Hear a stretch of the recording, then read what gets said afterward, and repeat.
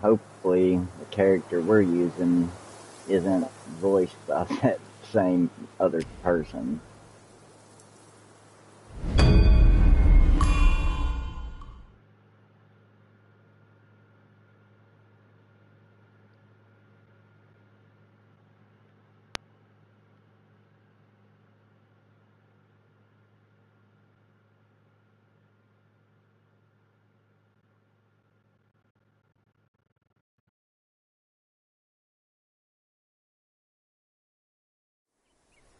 On the go, bend the toe, life of human or for gold. Nowhere better than a home. Reach death and ever grow. Huh? Here, you see, what bliss my fate shows. Luck's around the corner. Seems like he just fell from a fruit tree here. Perfect timing. This peach knew I needed a snack.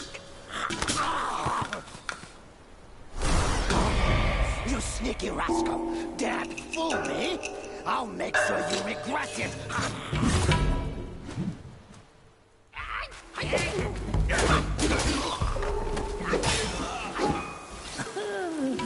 No matter how many times you come around, you're still as mischievous as ever, eh?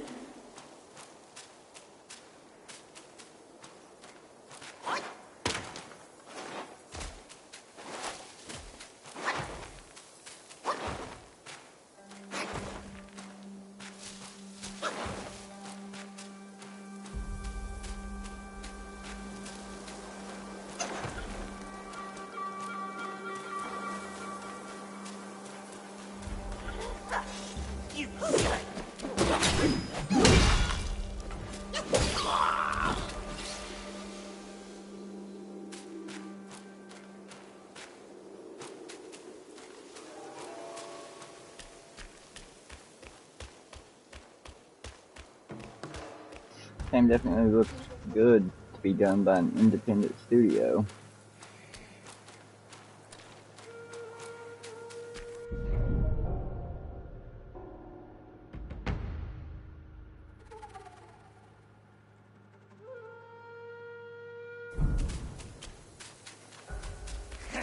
Our king is truly prescient. Someone thinks you're about to roll.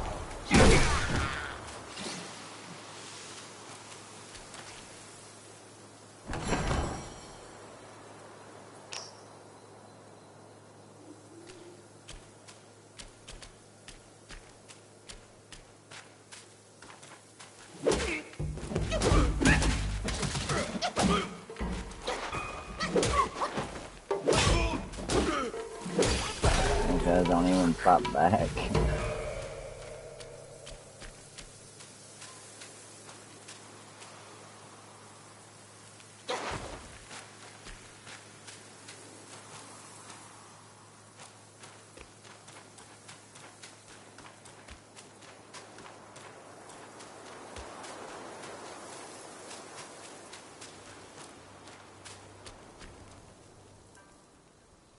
Trying to grab up the top. Oh, what you waiting for? Pluck your hair and make an offer.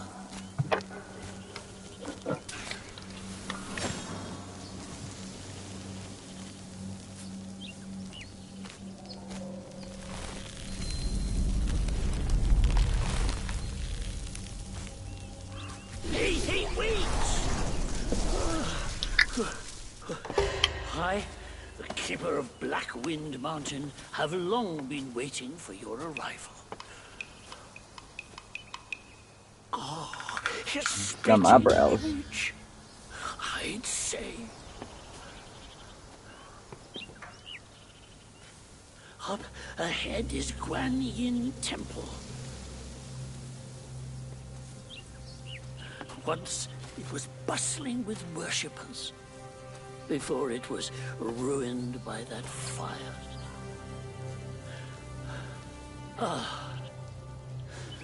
Then the temple was rebuilt. Oh, what good is it to rebuild a temple if the goodwill of men has been burned to ashes?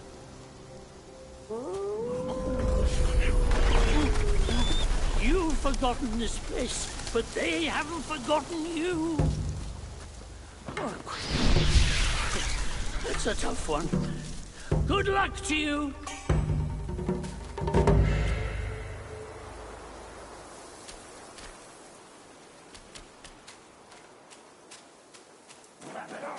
We have company.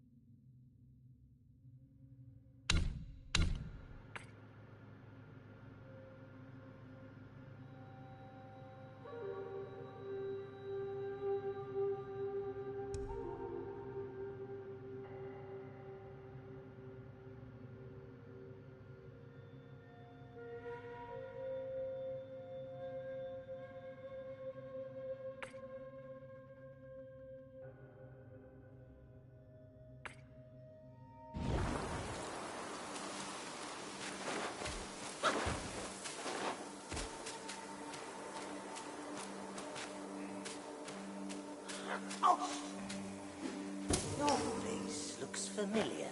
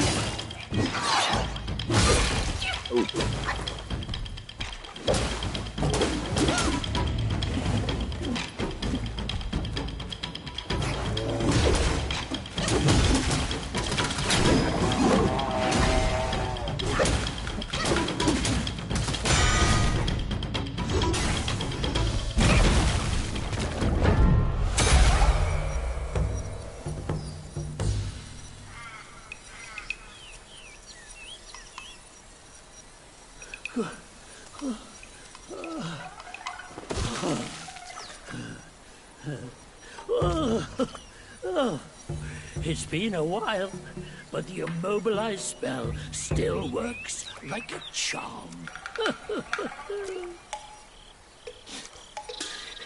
Since you hail from Mount Huagro, it won't hurt to teach you a handy trick. Now, here we go. Give me your hand.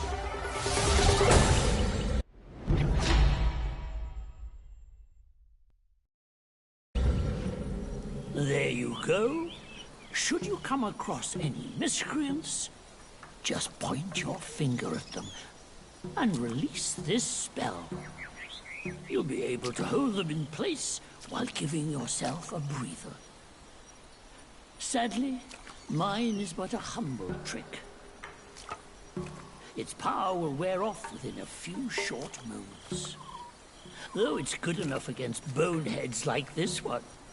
Anyway, just consider it an ace up your sleeve. No! The young boys these days know no manners! Fear not. Teach them a lesson with your new spell!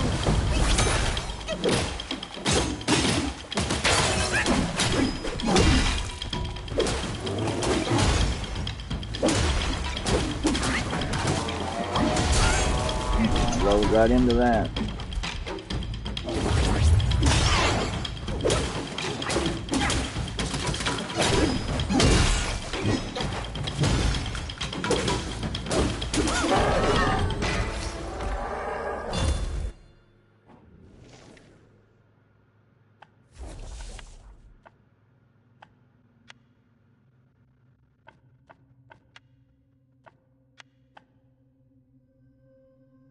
Being the gatekeeper of the mountain was a thankless task indeed.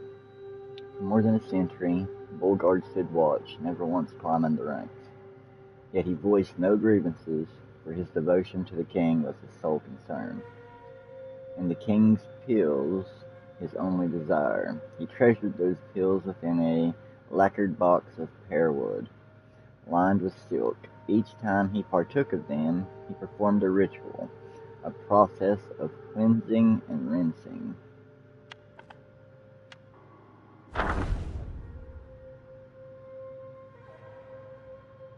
And offering incense to the universe, thanking it for its gifts. Many a lesser guy had tasted the king's rewards, but none with such reverence as Bulgard. One day, a curious guy inquired, "How do you maintain such vigor despite the toils of this job?" With earnest simplicity, Bulgard replied, "It is the king's pill that fuels me. Take more, and you shall be as I am." The guy confessed, "We've partaken in our share, yet felt nothing. Mayhaps the king's gifts to you are finer." Bulgard was aghast. "From the same hand we are served. How could there be a mine and yours?" The guy, still skeptical, insisted on an exchange of pills. Soon after, the guy felt no change, while Bulgard remained as robust as ever. Some say a fool's luck, but perhaps it isn't a lack of wit that's compensated with the power drawn from blind devotion.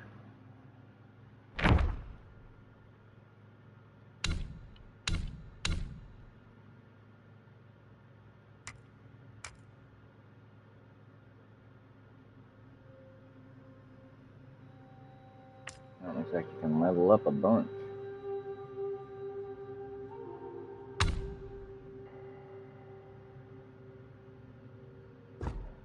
Yeah. Some bound and the sprinting while charging. Yeah, that's handy.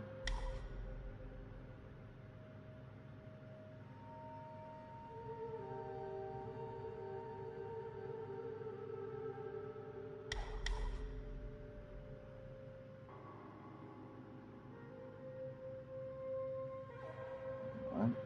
Each talent level slightly increases health recovery upon consuming a focus. I don't even know what that means.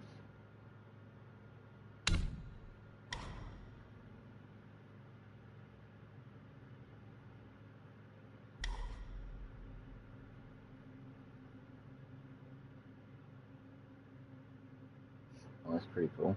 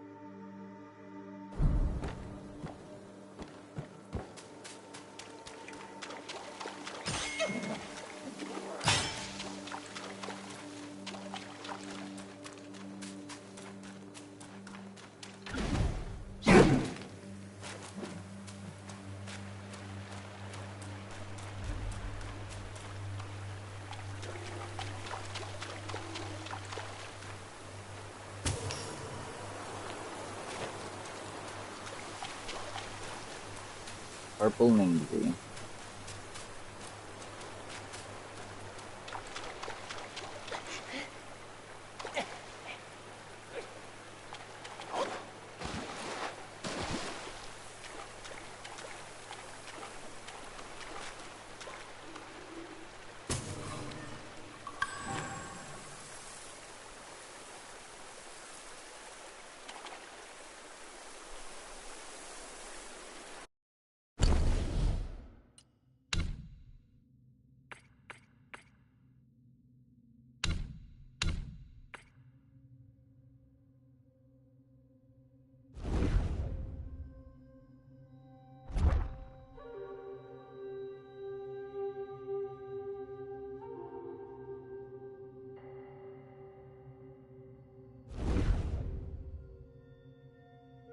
The secret yet to be revealed.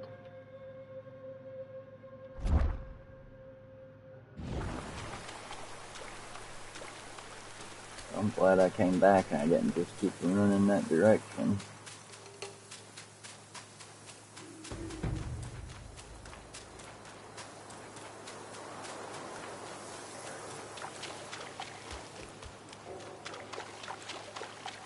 And just so you know, I'm completely blind. Like, I am a few days late on getting this. Actually, probably been about 10 days, I'd say. But I haven't watched anything on it. I didn't want any spoilers, so I'm completely blind.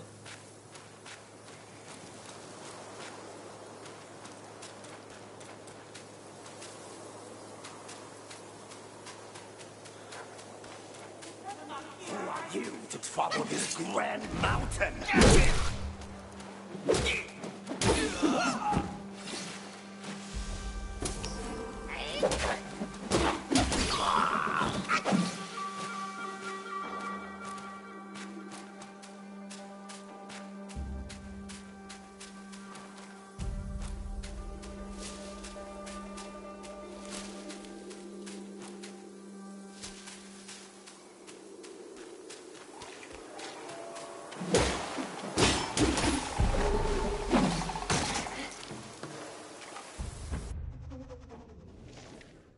Croaky. Two frog guys practice in the marshes. The smaller frog was often bullied, yet the bigger one always stood up for him, and soon they forged a strong friendship. One day, amid a contest held by Balagalang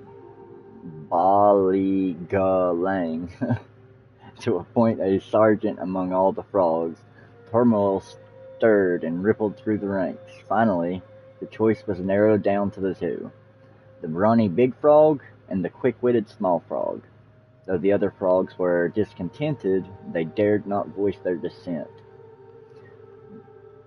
The two then were assigned to guard the dwelling of Balagalang on their duty. A valuable amber glass was found broken. Unable to identify the culprit, all the frogs began clamoring for punishment against the two instead.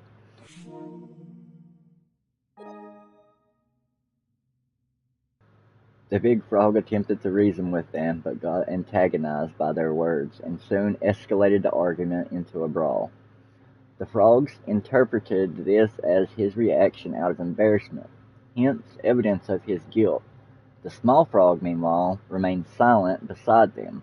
Seeing this, the big frog chided him for not speaking up in his defense, and even began to suspect his smaller companion. hesitated for a while. The small frog then admitted to breaking the glass. However, the other toads dismissed his confession, arguing that one of them had committed premeditated vandalization while the other had neglected his duty, and both deserved punishment by death. Wow. The small frog grew anxious and could not help but engage in the argument. As their voice grew louder and louder, their bellies inflated larger and larger, until some of them finally burst, splattering blood and flesh all over the place, leaving none unsoiled. Wow. That's some story.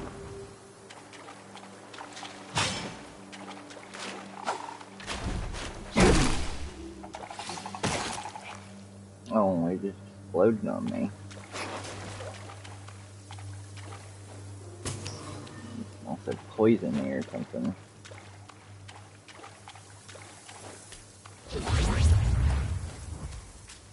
And that didn't cure me neither.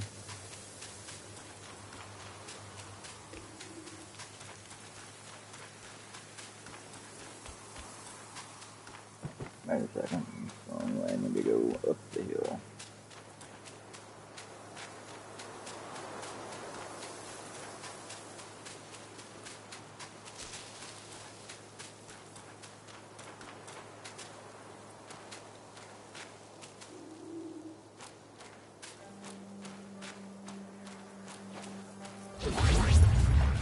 How long am I gonna stay poisoned for? Goodness.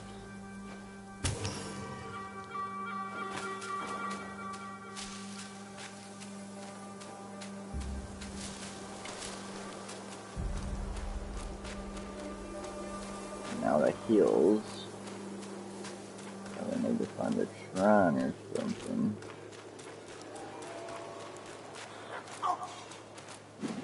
Your face looks familiar.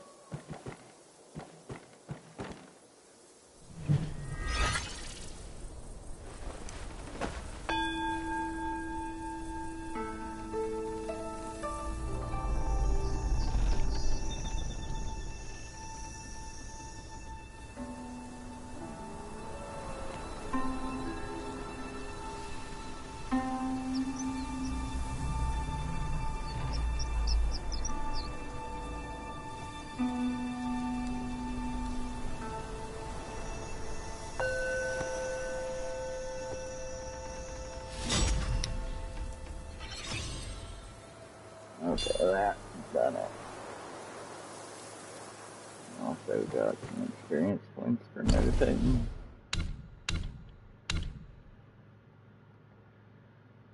Okay, what do we want to level?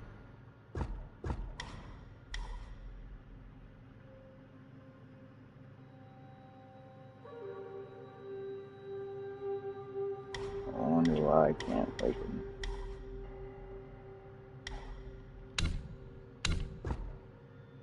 Other stance. I don't have this unlocked yet, I don't think.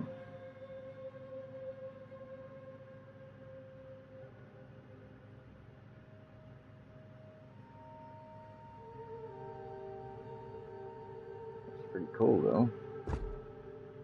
Rush stance.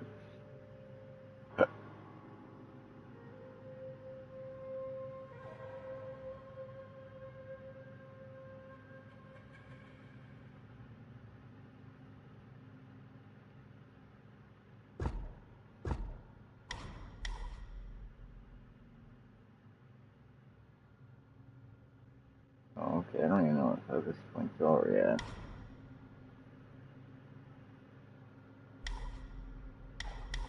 Takes a lot to do that though.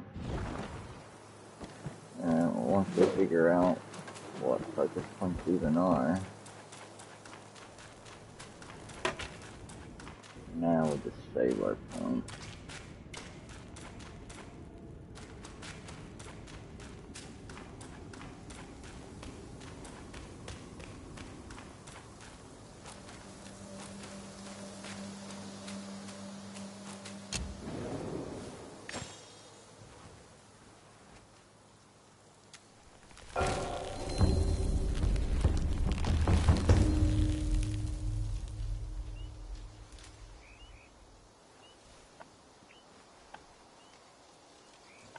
What does that mean?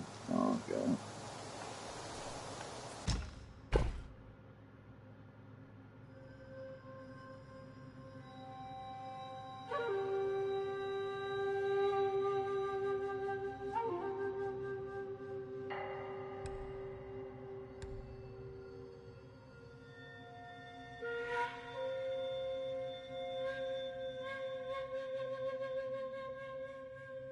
Weapon crafting, huh? Like there can be a lot more to this game than I thought.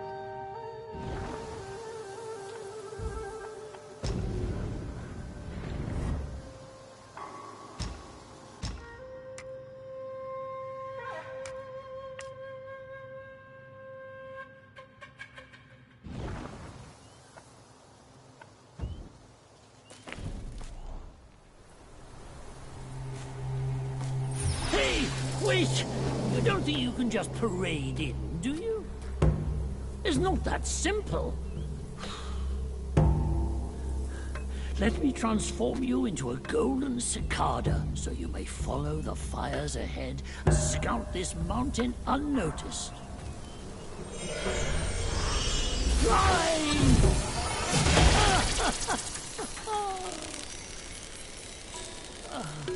It might be humble, but my shrine is very versatile. You'll get it soon.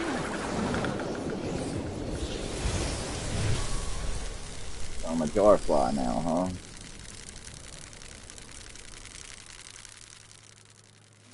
That's kind of crazy. In the depths of Black Wind Mountain, there are secrets galore. The cicada form may help you explore, but be wary. This form does not last forever. Should you find yourself lost, just follow my voice. Now, off you go.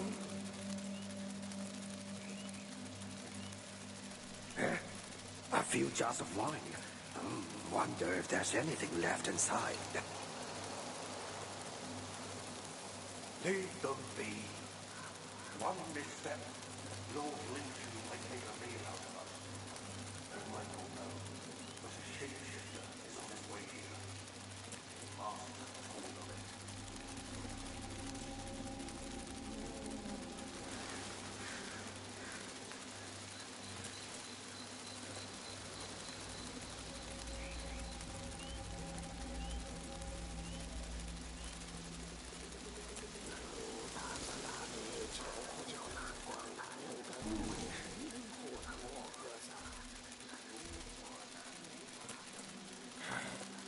Back when I was a bandit in these parts, plain ours.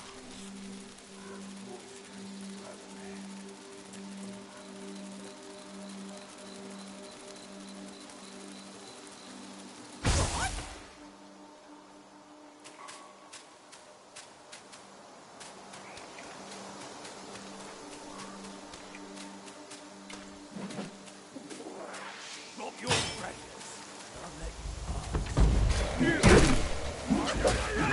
That guy, huh?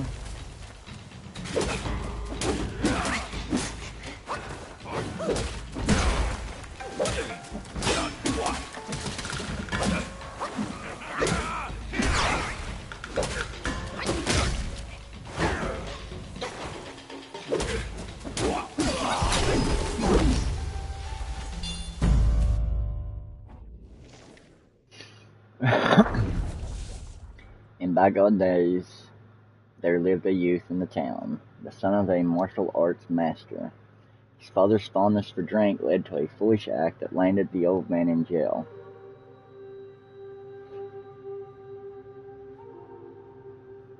leaving only the youth and his mother struggling to survive. As their situation grew dire, the young man took on any work to make ends meet. The villagers praised him for caring for his mother, deeming him a dutiful son. In an unlucky year of crop failure, the mother and son set out to seek refuge with relatives.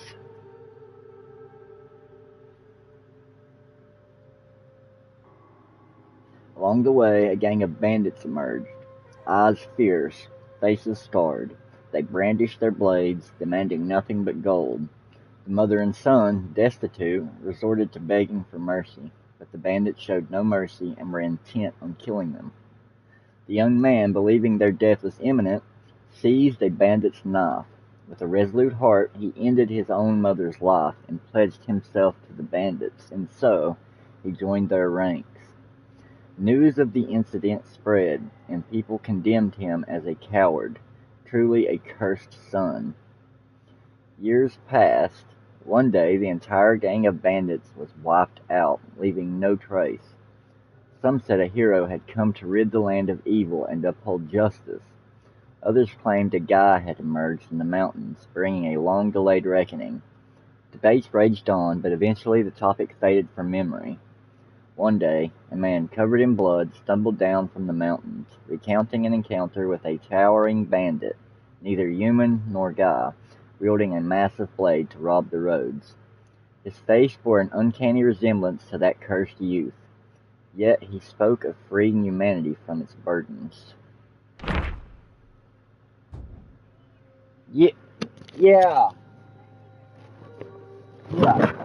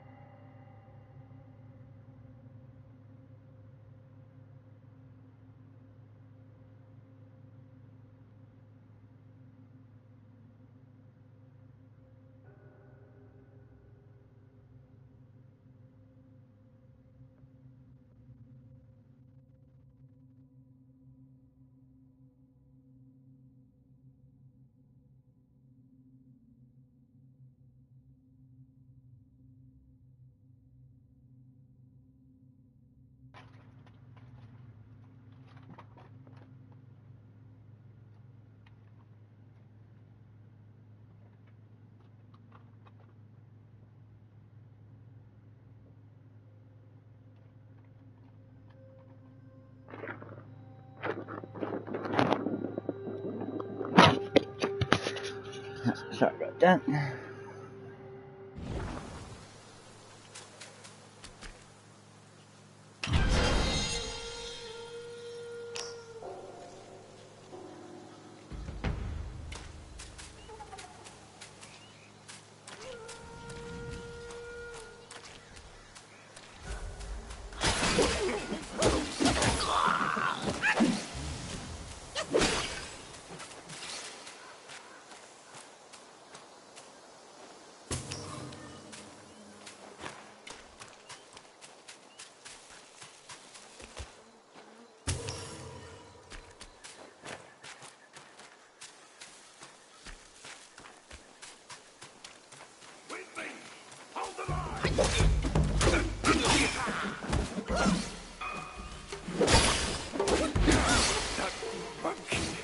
Those guys are so weak.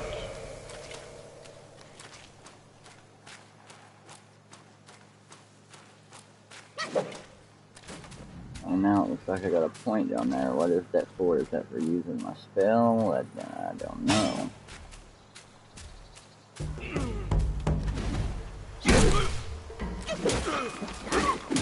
Okay, looks like it was for my charge attack.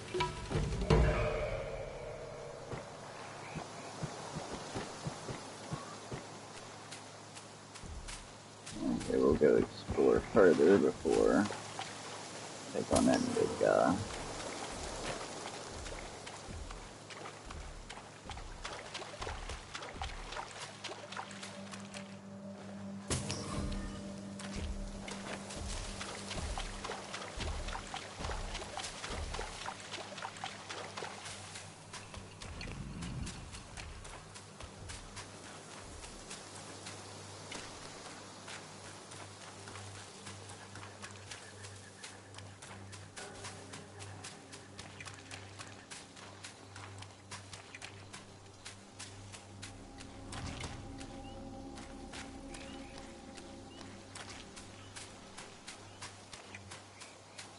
Kinda wouldn't mind changing the lock on something different, because when I'm holding in my strong attack, I can't click my thumbstick.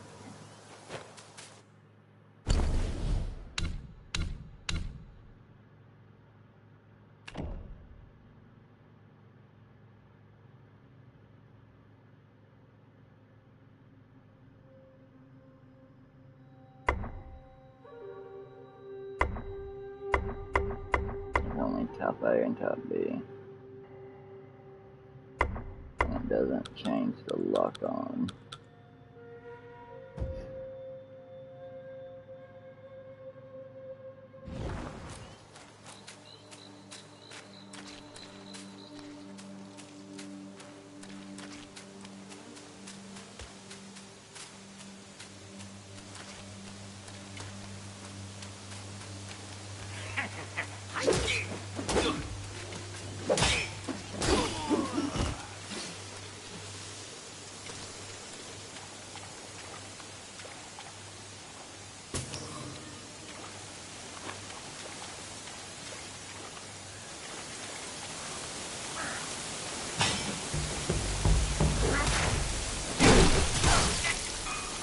Ow.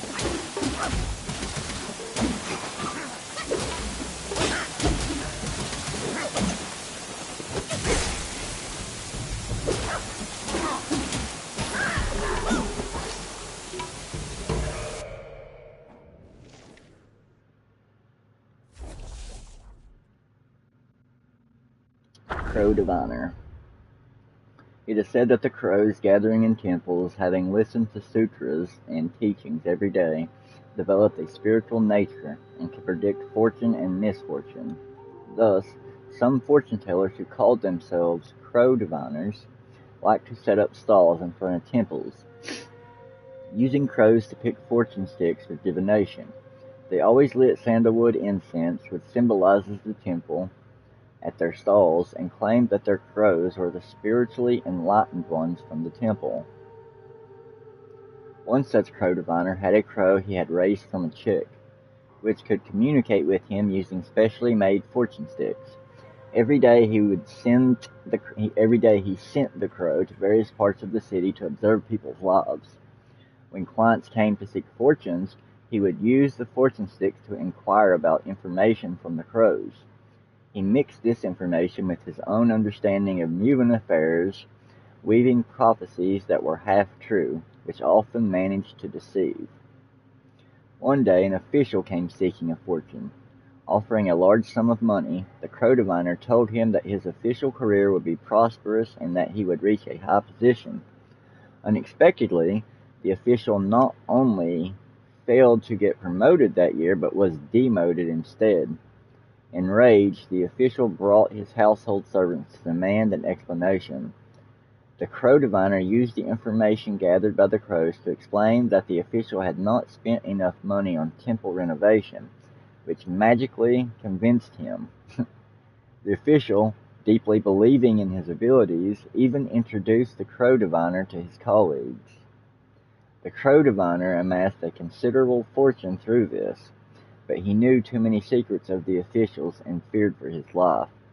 He decided to change his career. One day he attempted to drive all the crows away, but they refused to leave. The crow diviner tried various means to get rid of them, but the crows, unable to endure his mistreats any longer, attacked and pecked him to death.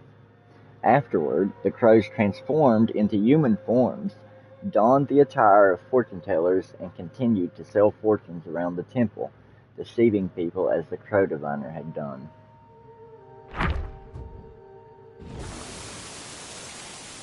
At least there's some cool folklore stories in here.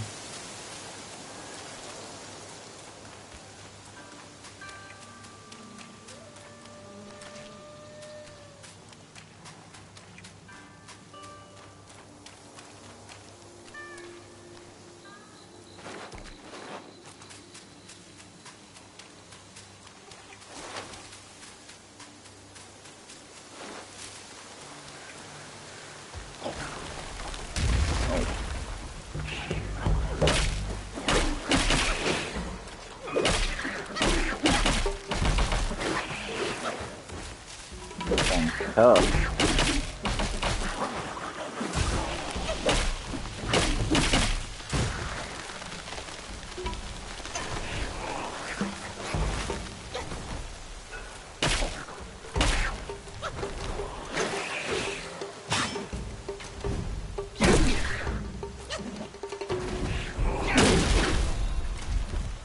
Oh wow, he got me. Poisoned me too.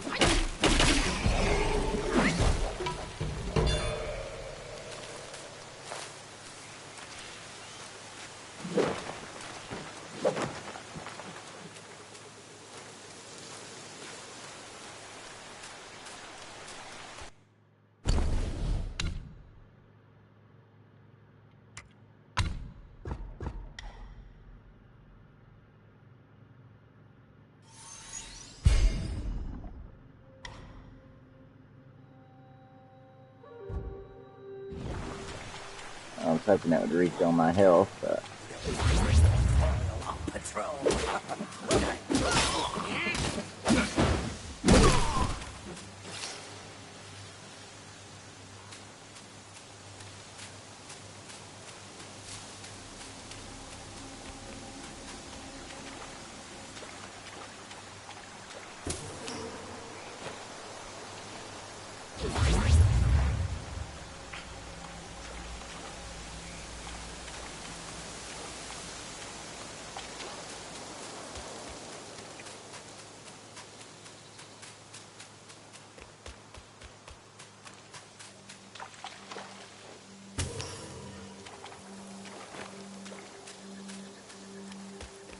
I wonder what the point in gathering all this stuff is for.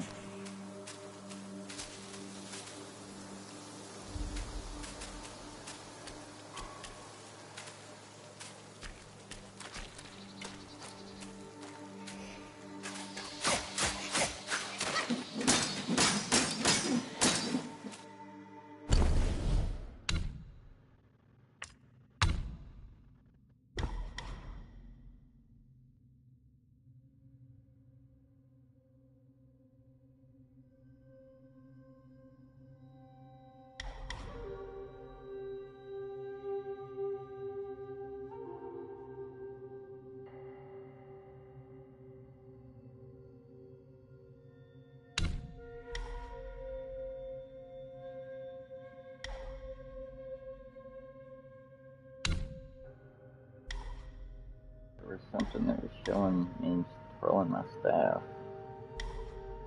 There it is.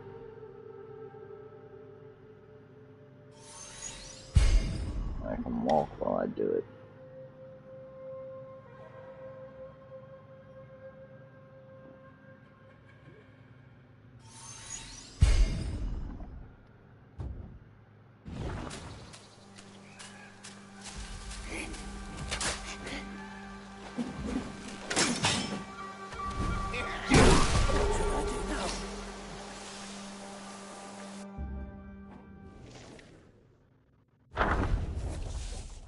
Black Wind King hosted a banquet in the temple to celebrate his birthday, and all the Yao-guys attended.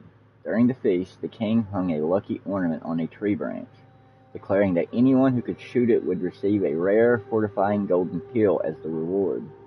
The Yao-guys were eager to try, but the fierce wind hampered all their attempts. Among the guests was an old wolf known for his remarkable archery skills. He was cautious, unassuming, and kept to himself in a corner. Nursing his drink, a few eager Yao-guys asked him to try, and though he declined, they persisted with their teasing until he reluctantly agreed. Slowly, the wizened old wolf stood up and moved to the position. Some youngsters laughed at him, deeming him incapable. Unperturbed, he calmly strung his bow, let loose an arrow, and struck the target dead center, causing a commotion among the crowd. The old wolf received the reward, and admiration followed suit as others toasted him. Among them was a youngster, who commented on the bolus intoxicated. "How generous our king is," he remarked. "Far better than that I don't know how you say that word, Link Susie,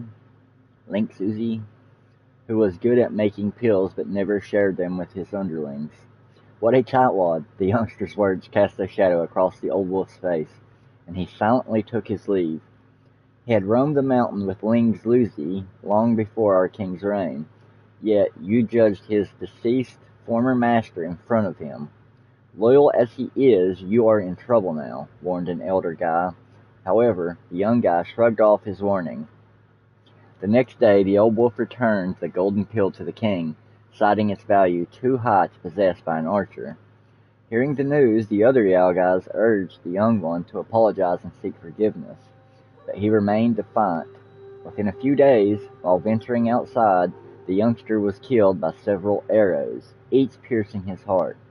Many said that even the golden pill couldn't save the youngster from his fate.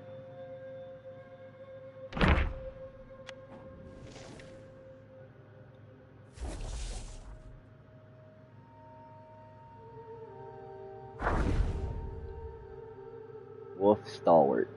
Rare was the revelry for the minor guys who patrolled the mountain paths, their delights not granted but taken in human guise, thieving sustenance from unsuspecting townfolks. The charade proved fleeting, for the villagers grew wise to their deceit, and the guys, often caught mid-bite, were met with the town's rugged justice, deterring their mischief. Among them was a wolf guy with a penchant for drink, who, on a day of indolence, lay beneath an ancient tree. Suddenly an elder wolf, cloaked in feathers of a crane, appeared to him, asking, "Why forsake your patrol for idleness?" The wolf guy sighed. "I long for drink, but the townsfolk see through me. I'm left to quench my thirst only in my dreams." The elder chuckled as he whispered a secret. "Seek the shrine, conceal yourself behind the curtains, and the sacred spirits' liquor shall be yours to drink." Then, with a shift of form, he vanished. Wavering in doubt, the wolf god transformed and hurried to the town's shrine. There, veiled behind the curtains, a sacred effigy stood, its origins unknown, the altar laden with delectable offerings and fine spirits. As advised, he nestled himself between the curtains, indulging in the liquor, until his belches betrayed him to the gathering crowd in the shrine. Trapped between the curtains, the wolf guy listened as a voice rang out. The wine jar I offered is empty. Our tributes were received. A chorus of prayers erupted, beseeching favor from the immortals. From that day forth, folks from miles around flocked to the shrine, affording the demon endless drink.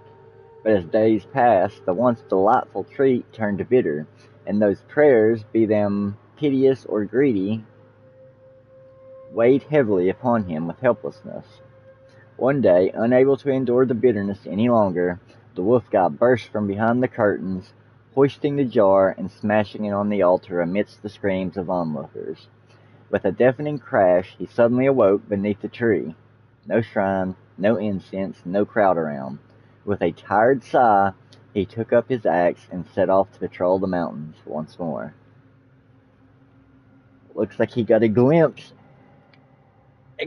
at, he could fulfill his desire, but it would lead to emptiness, basically.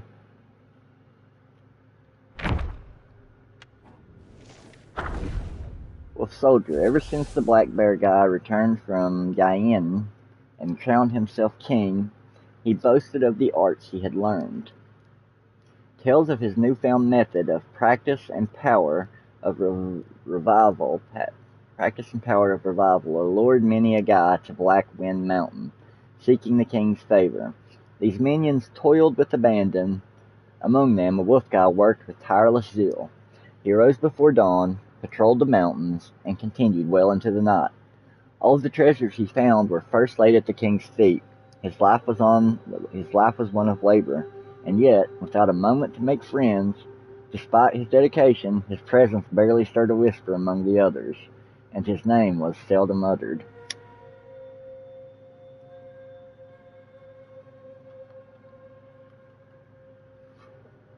His brother, seeing such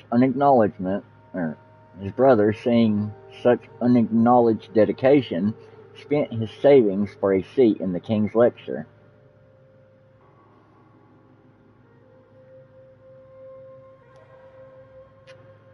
The wolf guy sat there, heavy with regret for the silver he had squandered, both on the journey here and the seat at the lecture, that could have been used to buy himself a shield or a blade. Had I a new blade, he mused, glory could have been mine. As he pondered this, golden-clad guardians scattered paper talismans before him. Commanded to consume them, they then chanted in meditation for hours until the king sought signs of enlightenment. The white-robed wolf guy stood first, claiming a fervor within a clarity of mind. The diligent wolf guy thought to himself, sweating fervently in a crowd is no marvel.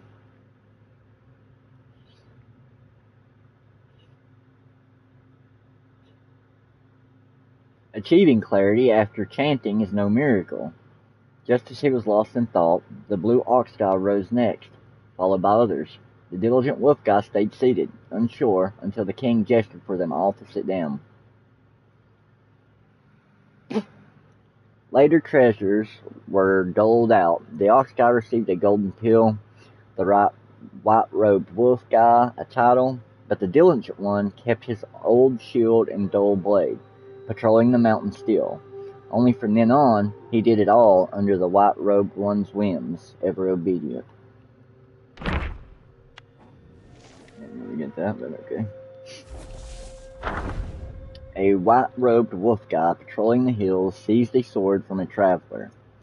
Jewels studded its scabbard, its blade sharp and bright.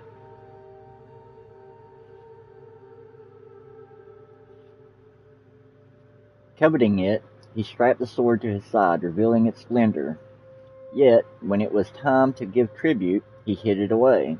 The other guys chided. Without offering such treasures to the king, how will you earn his favor? Or do you fancy patrolling forever? The wolf guy scoffed. Such treasures we cherish, the king barely notices. You offer scrap metal and dream of favor. You are fools. They dismissed his words, seeing them as mere excuses to shirk his duty, while they toiled on. The wolf guy indulged in peaches and drank wherever he could lay hands on them, keeping the very best for himself. The others knew his punishment would come, and waited.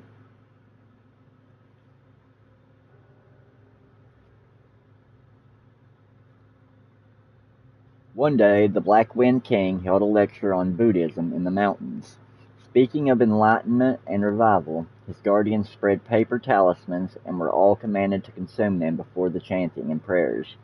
Hours later, the king inquired about their enlightenment. A pause fell. Then the white-robed wolf guy stood, and there emerged others one by one. The next day, a decree was issued to the guardians. The wolf guy was promoted to a minor captain. All the other guys, puzzled, whispered among themselves. How had the wolf guy not only escaped punishment, but found himself rewarded?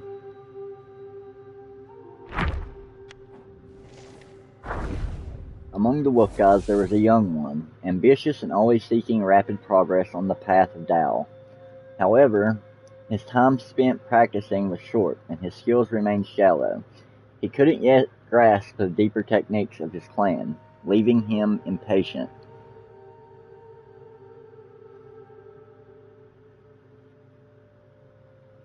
One day, during his routine patrol, he carried a cask of fine wine as he passed the mountain gate.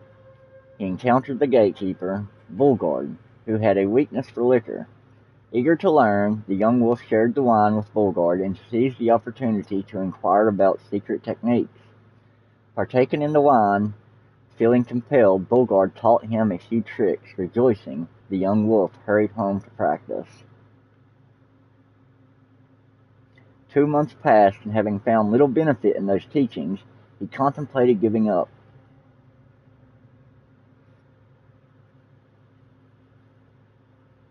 Recalling his previous success in bartering wine for knowledge, he retrieved a small golden statue and approached the snake patroller. Persuaded by gold, the greedy creature shared some techniques with him.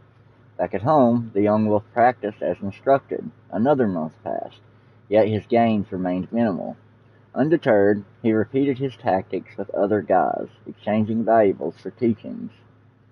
Over time, he visited everyone in the mountains, amassing a repertoire of techniques.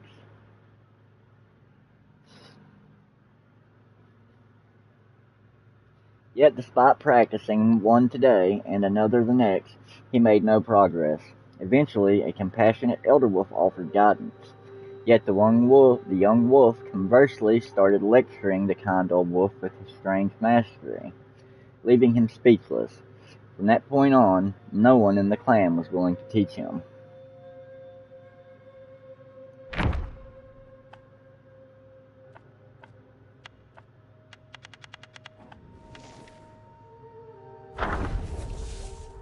It was written in ancient records that consuming ginseng could bestow longevity, leading many to develop a fervent passion for devouring this precious tuber, especially aged ones. However, some scholars dismiss this notion, viewing ginseng as both a tonic and a poison. Its elevated status stemmed from its humanoid appearance, they said. Nonetheless, those who made their living by harvesting ginseng always found eager buyers. Deep within the valley, the younglings of ginseng sheep trembled with fear at the unmistakable sound of footsteps. It was the dreaded rhythm of the ginseng harvesters, mountain shoes crushing the thick layers of decaying leaves and rocky earth, and with every eerie resonance the siblings of the ginseng plants vanished, disappearing one by one. Only the tiniest survivors managed to evade this grim fate, their diminutive size providing a fleeting reprieve. Yet even they bore the mark of a fate, a crimson thread, marking them and restraining them. Who knew when the harvesters would return to dig them up once they grew into their full potential? Time raced by, swift and unyielding, and on that day the familiar footsteps resurfaced. With the years that had passed, it was likely the offspring of the harvesters who were generations younger than those who came before. Then, a quickened pace, a sense of anticipation, the crimson threads had truly been spotted. But oh, what ill fortune! As the ginseng harvester reached for the thread, it led him to a grim sight, the entwined remains of a skeleton. A curse gathered on the tips of his tongue, but before he could spit it out, the ground behind him rumbled with the sound of scattered dirt. He turned his head. The shifting soil unleashed a monstrous creature, towering and menacing. Fear gripped the harvester, urging him to flee, his frantic screams piercing the air, shouting of man-devouring guys.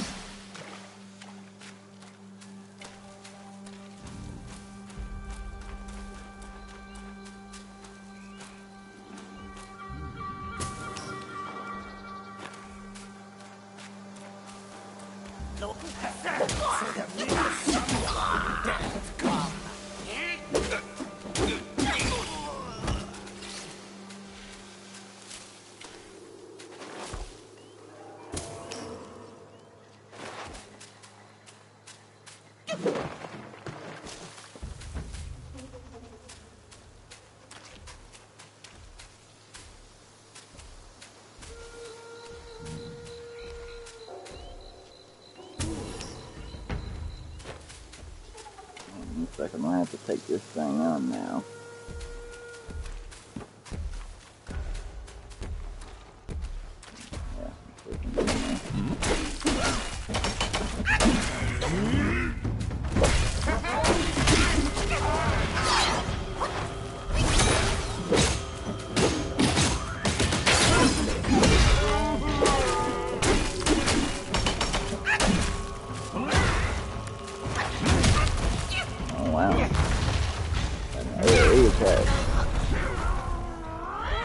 Dropped my fire off my cigarette. Oh crap.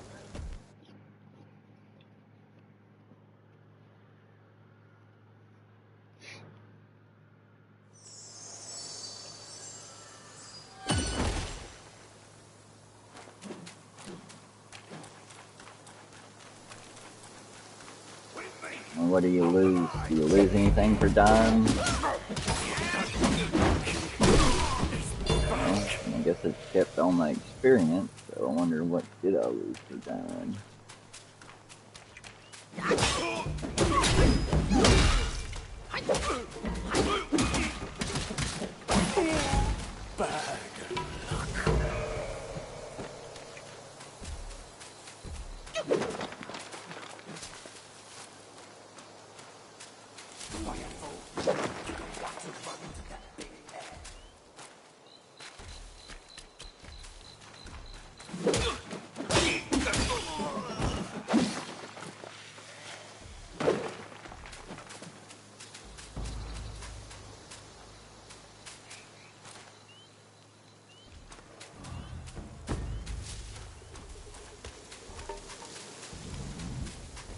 Let's try this again.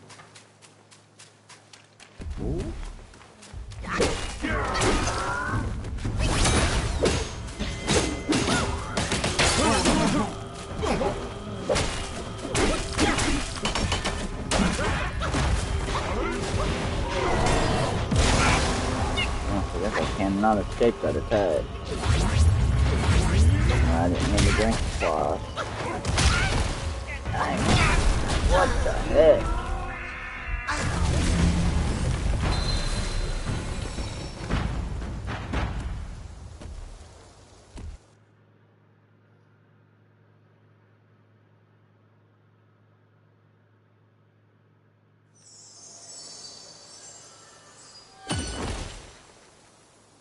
Maybe am I not meant to go that way yet? I have no idea. This is no good. My shield won't.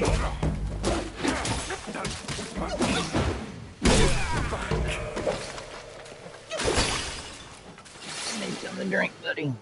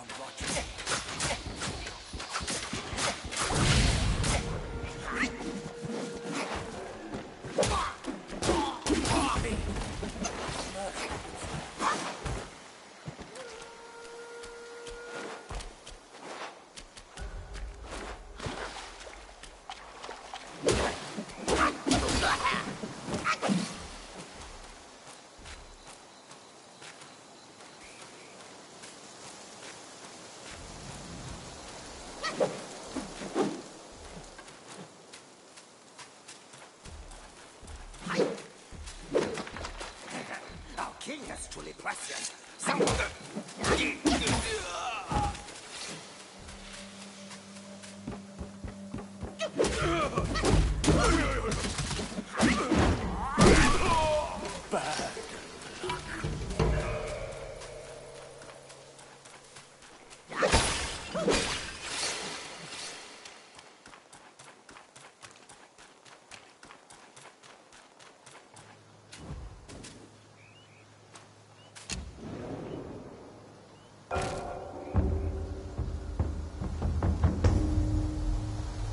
Brush.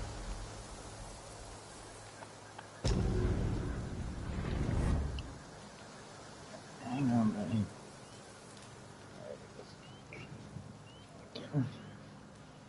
I'm gonna brush my dog.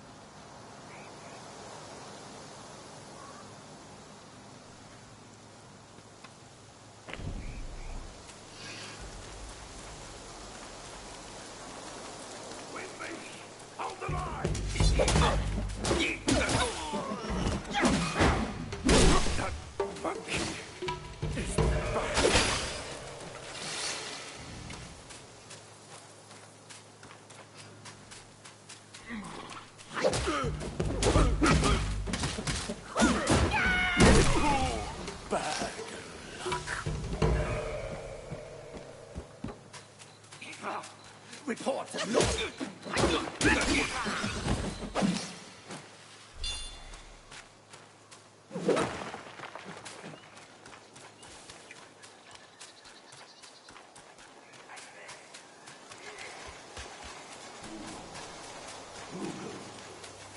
How dare you?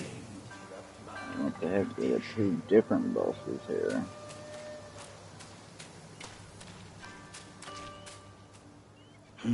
Another monkey, I see. Why don't you lay down your weapon and join me in Buddha's mercy? What say you? I might be able to get fire on my weapon.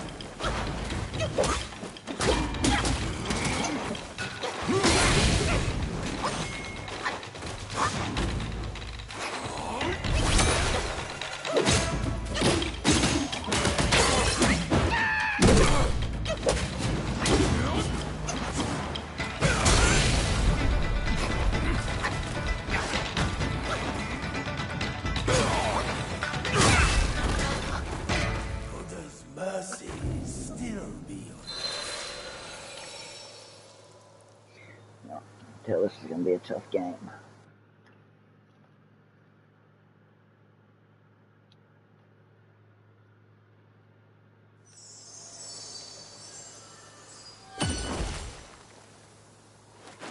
Which boss should I go for first? I think I'm going to go for the wolf boss first. At least can get more damage on him than I could that other guy.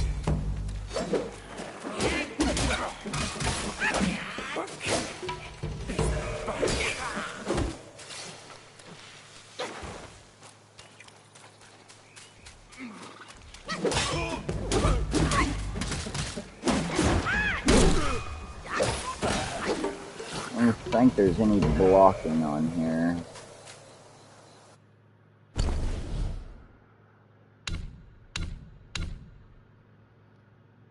Staff spin, still,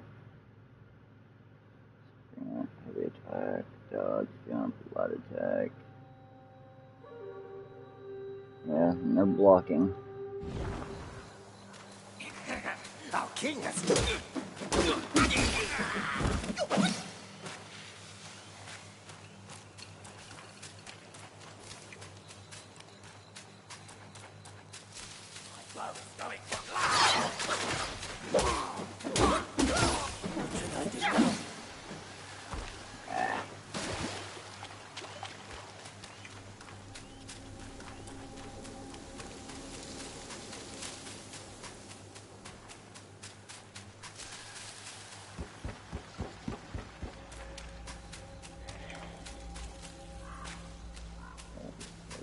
Purple.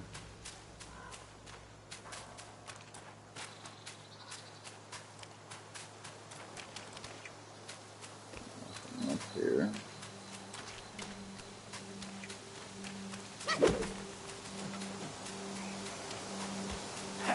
So that...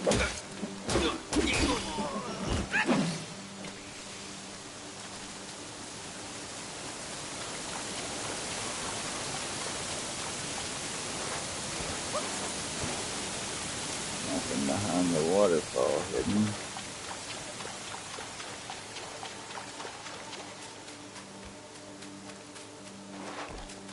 When you're down...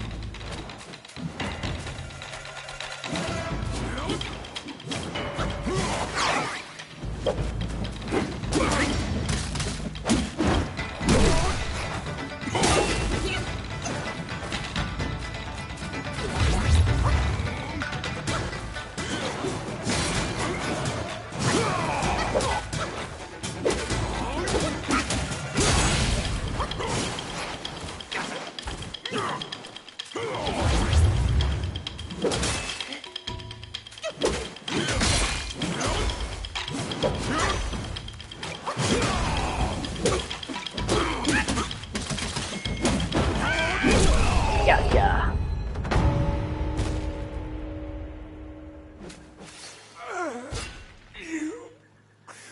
Master spoke of you. I want that weapon. Yeah.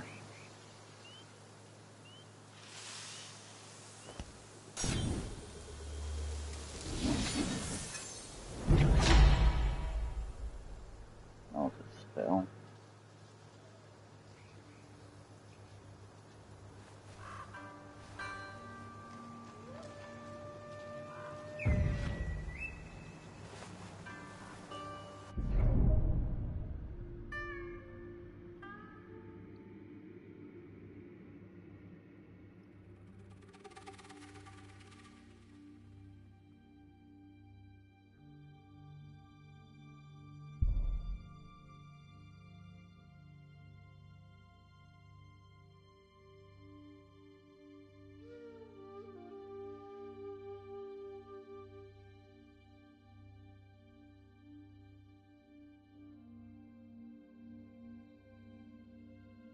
Okay, is might.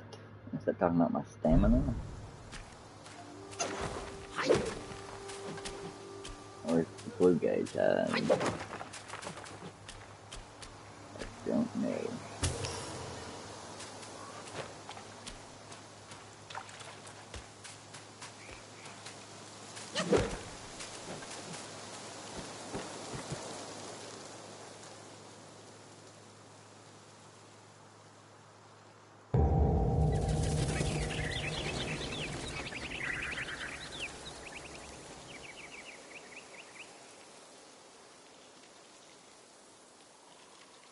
You just had to make some noise, did you? Now everyone knows you're here. When a chime so grand echoes in the forest, Yao Guais will surely be alarmed.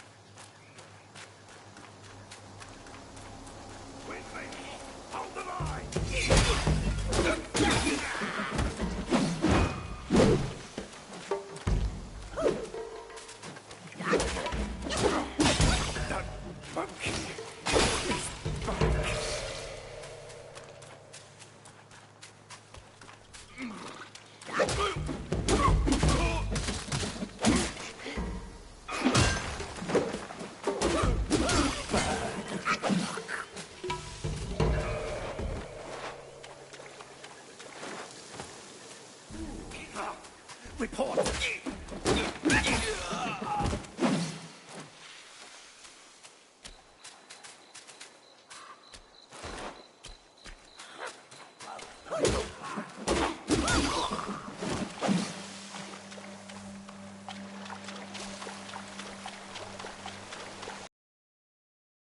Follow this grand mountain.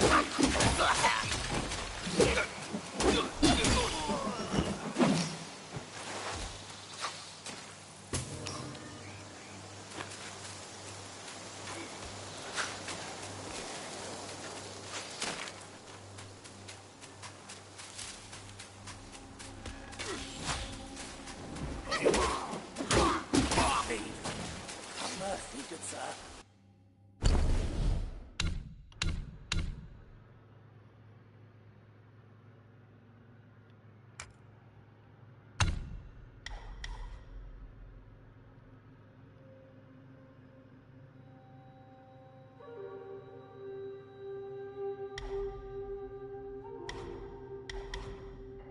Okay, I can't do that.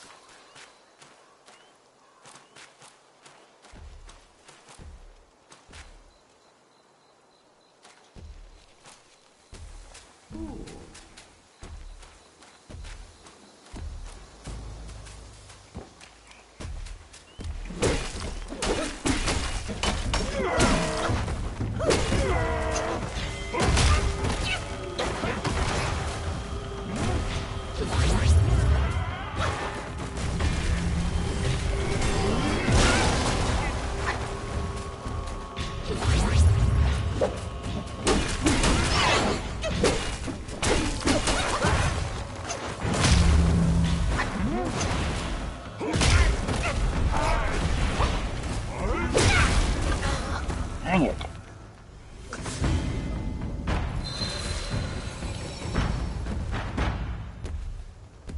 So much freaking damage.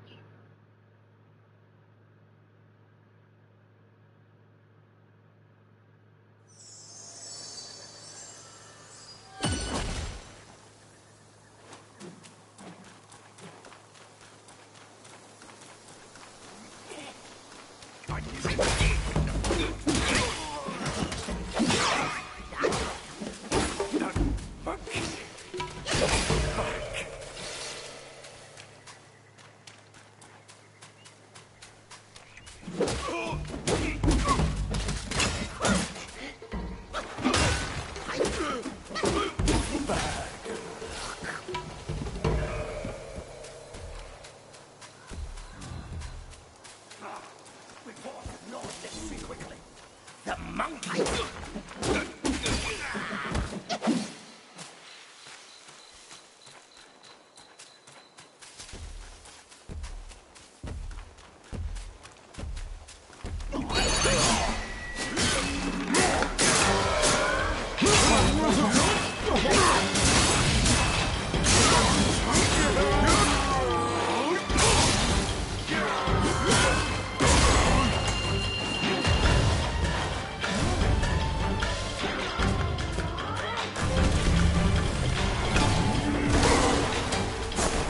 Get me all the way back there.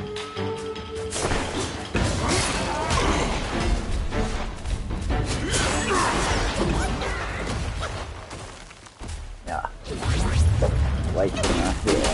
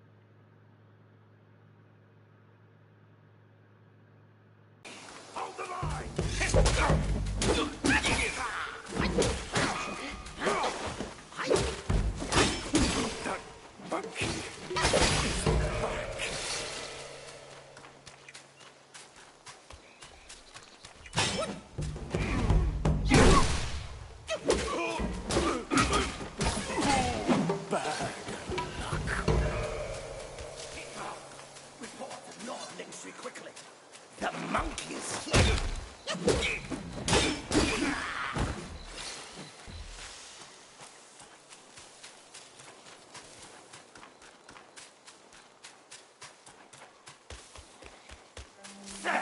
So there really is someone who dares come.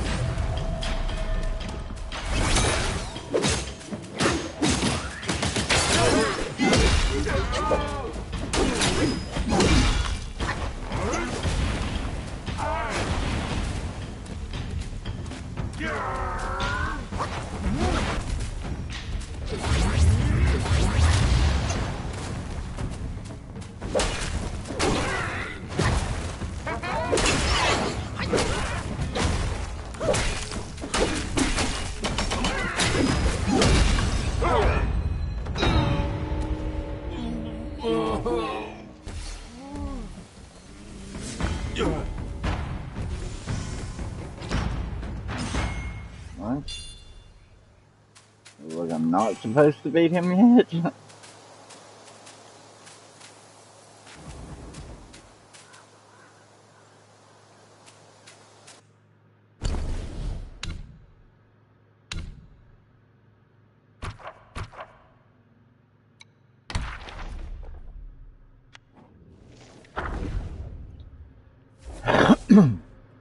In his youth, Gongzi was not a monk but a little wolf guy who yearned to be human.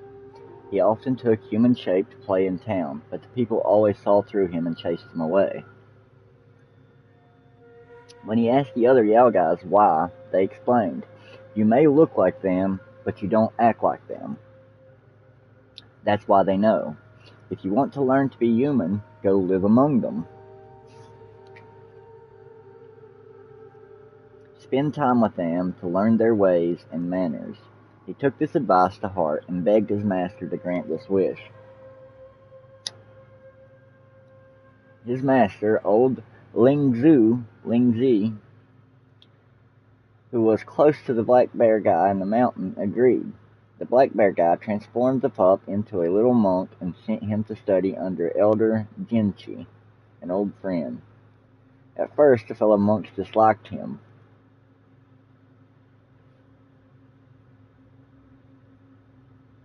They played tricks on him, and he always fell for it. Slow and gullible as he was, Jinchi named him Gongzi, the Great Wisdom, hoping he would grow clever and sharp, so his fellow monks couldn't bully him. With Jinchi's care and teaching, Gongzi learned to read, write, and abide by the monastic rules. Gradually, he is assimilated into their ranks. One day, two monks arrived at the temple.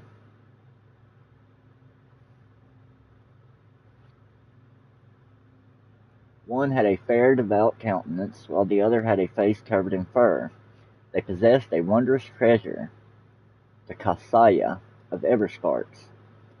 Jinchi had never seen anything like it before and longed for it desperately. Hoping to repay Jinchi's teachings and nurturing, Gongzi devised a plan to acquire it for him. Gongzi never imagined his mistake would ignite red tides of flames that engulfed the temple he called home.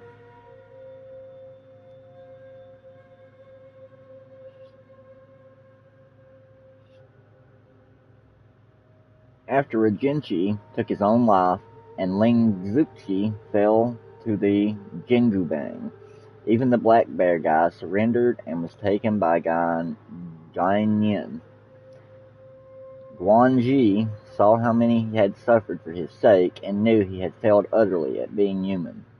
He shed his monk robes and retreated to the mountains, repenting with Jinchi's teachings. In his years of practice in the mountains, he forged a new weapon inspired by the raging flames he saw that night.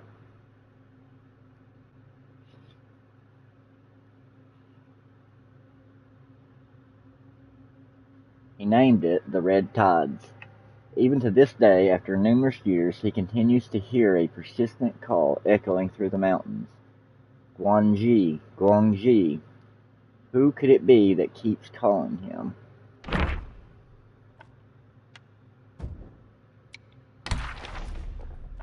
What about that big thing I just beat?